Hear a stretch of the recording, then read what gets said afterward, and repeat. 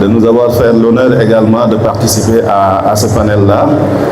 Et également notre co-débatteur, notre partenaire également qui intervient dans le cadre de ce salon. Comme en fait M. Seck l'a dit tout à l'heure, nous en fait, pour revenir un peu sur le parcours qui nous a permis quand même d'être très orientés en termes d'analyse, en termes de propositions, de solutions sur ces questions de souveraineté numérique, mais orientées technologie, c'est parce qu'en fait nous avons fréquenté pendant très longtemps, disons une dizaine d'années, le secteur des télécommunications et du numérique en tant que directeur juridique de l'opérateur en charge de la politique de service universel au Sénégal.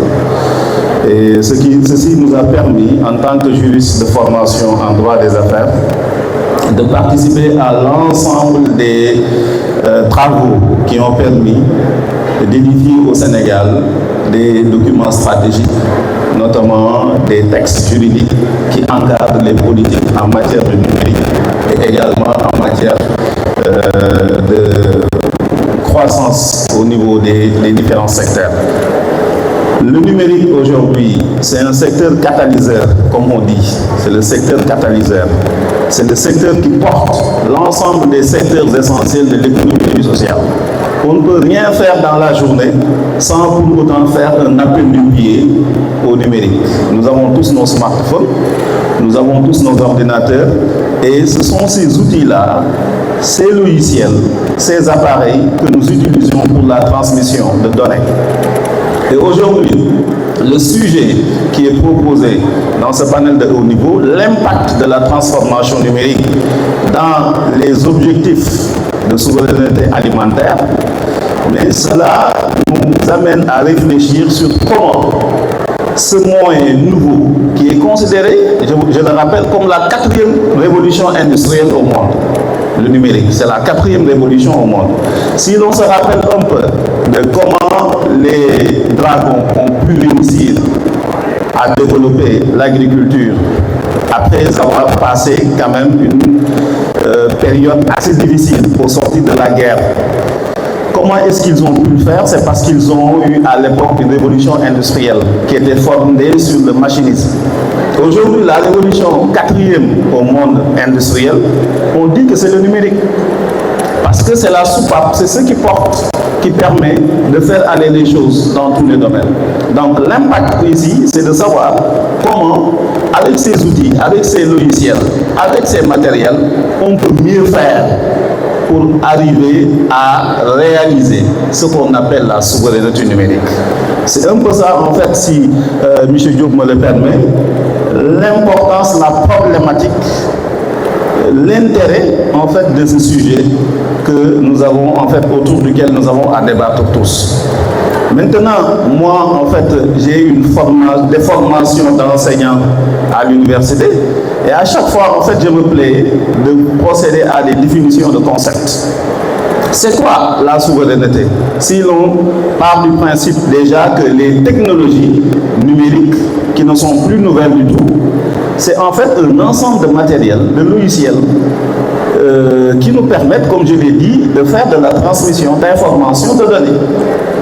Et également de procéder à la conservation de ces données dans un environnement de sécurité. Maintenant, c'est quoi la souveraineté numérique, la souveraineté alimentaire? Qu'il faut distinguer d'une notion voisine que l'on appelle la sécurité alimentaire. Mais ce n'est pas la même chose. Parce que la sécurité alimentaire, c'est une notion qui renvoie à une valeur, disons, quantitative.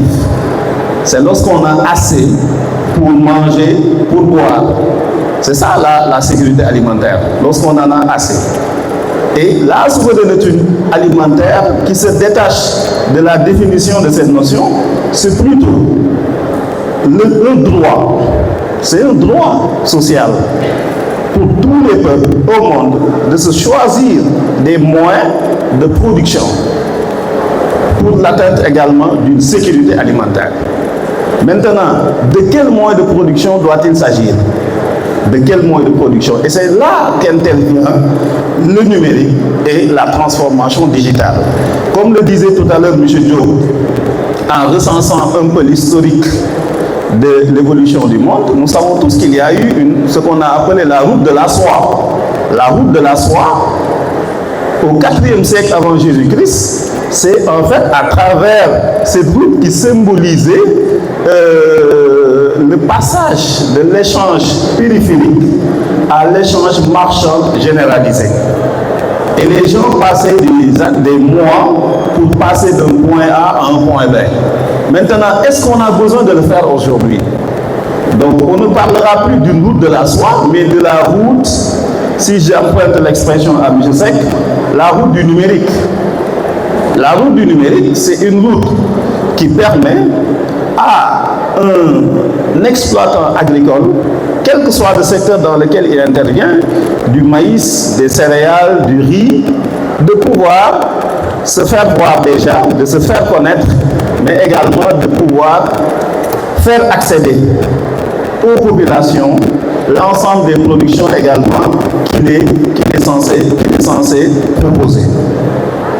Aujourd'hui, la technologie numérique, les grandes technologies au monde, on dit qu'elles sont au nombre de 4.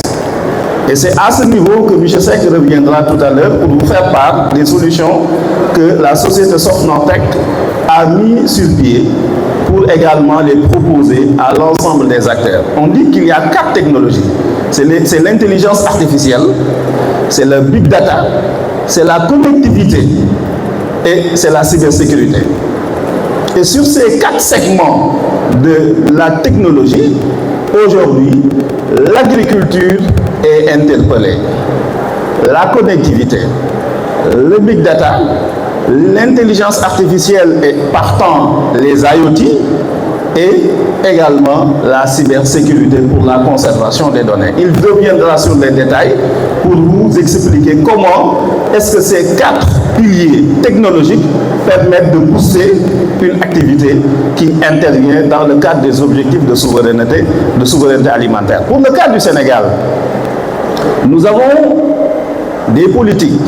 La politique phare, disons, qui nous a occupés pendant ces 12 dernières années, c'est le plan Sénégal émergent, proposé par le régime sortant et qui écrit en lettres d'or les objectifs de souveraineté numérique pour une valeur de 8 milliards de dollars.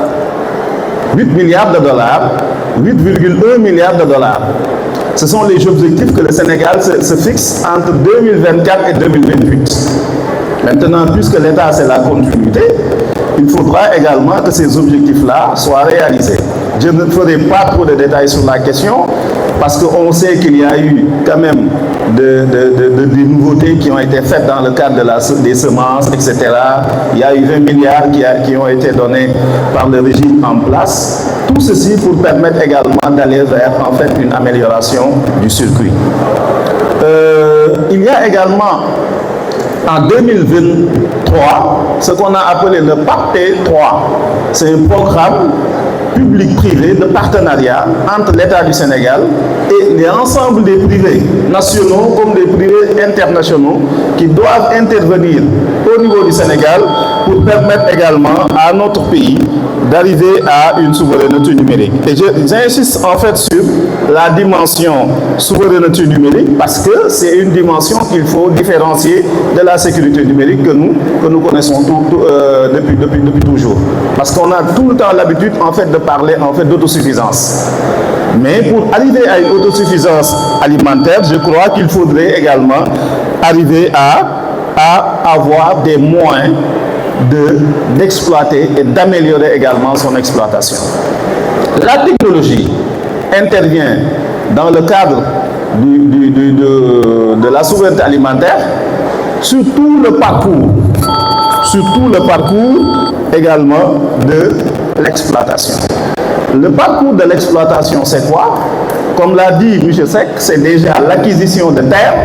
Aujourd'hui, il est nécessaire, et l'État du Sénégal a donné le go tout récemment en mettant sur pied une institution qui va s'occuper de cartographier l'ensemble des superficies et des terres qui vont permettre aux agriculteurs d'avoir une vue nette sur également les sites qui pourront leur être donnés. Donc ça, c'est la technologie qui peut le faire. et qui peut quand même permettre à distance à tout agriculteur de Louga, de Kaolack et même à un partenaire établi en Italie, en Suisse, en France et partout au monde, de pouvoir comprendre l'environnement au Sénégal. Si je veux aujourd'hui investir dans le domaine de l'agriculture, des céréales, du maïs, du mil, je sais exactement là où je peux aller pour faire mon exploitation. Ça, c'est le numérique peut le réussir. L'autre pan du parcours également de l'exploitant agricole, mais c'est la production. Mais quand on veut produire, on veut être connu. Mais aujourd'hui, moi par exemple, je suis membre du comité sénégalais de commerce électronique. Nous avons en 2022 parcouru presque tout le Sénégal pour aller à la rencontre des agriculteurs, à la rencontre des exploitants, des transformateurs. C'était une manière pour nous de les recenser sur une palette et de pouvoir les faire dialoguer. Il faudra que les agriculteurs dialoguent entre eux. Il faut qu'il y ait, si vous me permettez l'expression, M. Diop, un échange de bons procédés entre les différents exploitants. Et je ne suis pas obligé de me déplacer de Dakar vers Thiès. Je ne suis pas obligé de me déplacer de Thiès vers Louga. Mais je peux bien être chez moi à Dakar, même sur mon lit, et pouvoir participer à des forums entre des agriculteurs. Ça, je crois que c'est une vertu essentielle que seul le numérique et ses facettes diverses peuvent réussir dans le cadre en fait, de l'atteinte des objectifs de souveraineté. Mais il y a un autre point important, c'est la transformation. La transformation aujourd'hui a besoin de l'appui du numérique. Comment est-ce que cette transformation-là aujourd'hui est poussée par le numérique? Mais c'est parce qu'il y a des outils sur lesquels M. Seck va devenir et qui permettent quand même à l'ensemble des agriculteurs d'améliorer et d'optimiser. C'est important le concept d'optimisation des moyens de transformation dans le cadre de l'ensemble des activités qui concernent la souveraineté alimentaire, qui visent en fait la souveraineté alimentaire. Un troisième palier dans le parcours de l'exploitant, mais c'est la commercialisation. Aujourd'hui, on veut que notre balance commerciale ne soit pas déficitaire. C'est ça le vœu pire de l'ensemble des États africains. E-commerce. Monsieur Seck viendra tout de suite pour vous en parler, mais il y a aujourd'hui d'autres technologies plus améliorées. Le e-commerce, le commerce en ligne. Comment faire aujourd'hui pour que des agriculteurs sénégalais, africains du monde puissent dialoguer avec des Indiens, avec des Chinois, avec des Suisses, avec des Français, avec des Italiens? Comment le faire? Sans pour autant se déplacer. Il faut une vitrine. Donc il faut des plateformes. Des plateformes. Et aujourd'hui, dans le cadre du comité sénégalais de commerce électronique, nous avons conçu d'harmoniser, d'homologuer les plateformes de commerce en ligne. Il faut qu'on les homologue. Et je crois qu'à ce niveau-là, M. Modibo Diop va porter un peu un plaidoyer à partir du secteur privé pour qu'on puisse aujourd'hui mettre un peu de l'ordre dans tout ce qu'on voit comme plateforme électronique. Tout n'est pas aux normes. Monsieur, je ne suis pas informaticien et je sais que M. Seck va revenir sur ces concepts-là parce qu'une plateforme ne peut pas se présenter comme on veut. Donc, si la plateforme n'est pas à des normes de sécurité, déjà, la plateforme ne peut pas suivre, ne peut pas permettre la réalisation des objectifs de celui qui les utilise. Et il faut également qu'il y ait derrière un régulateur de toutes ces vitrines numériques qui permettent également de faire connaître les agriculteurs, de les faire dialoguer, de les faire commercer pour qu'on ait une incidence positive sur notre balance commerciale. Ça, c'est à mon niveau très important. Maintenant, ce n'est pas simplement le rôle de l'IT de concevoir des plateformes numériques, mais de concevoir des moyens de paiement. M. Diop, M. Seck va y revenir. Ces moyens de paiement-là, comment est-ce qu'ils doivent être? Il faut qu'ils soient sécurisés. Il faut qu'ils soient très sécurisés. Aujourd'hui, on a eu vent de beaucoup d'impairs, de beaucoup de difficultés exemple, réaliser des paiements en ligne. Il y a eu beaucoup de contentieux. Parfois, il y a eu en fait des données, et c'est en cela que également la sécurité dont je parlais tout à l'heure, qui constitue le quatrième élément de technologie, la sécurité, constitue quelque chose d'important. Les données qui transigent à travers nos plateformes, ces données-là, qui sont des données personnelles, aujourd'hui, sous la régulation d'une autorité au Sénégal que l'on appelle la CDP, qui d'ailleurs doit passer vers un saut qualitatif, parce qu'on avait, je me rappelle, en 2023, fait des travaux pour transformer la CDP en une autorité de régulation des données personnelles. On avait passé plus de 5 jours à élaborer un texte législatif et un texte réglementaire. Et je crois que c'est encore dans les circuits. Mais ce texte-là également, à sa sortie, devra permettre au Sénégal de se renforcer en matière de conservation et en matière de protection des données personnelles. Et aujourd'hui, il y a beaucoup de données qui transigent. À la question de ces données-là, il y a la question de la propriété intellectuelle.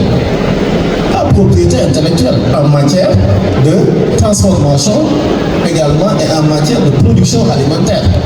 Parce que je crée un produit, je transforme un produit, je le labellise.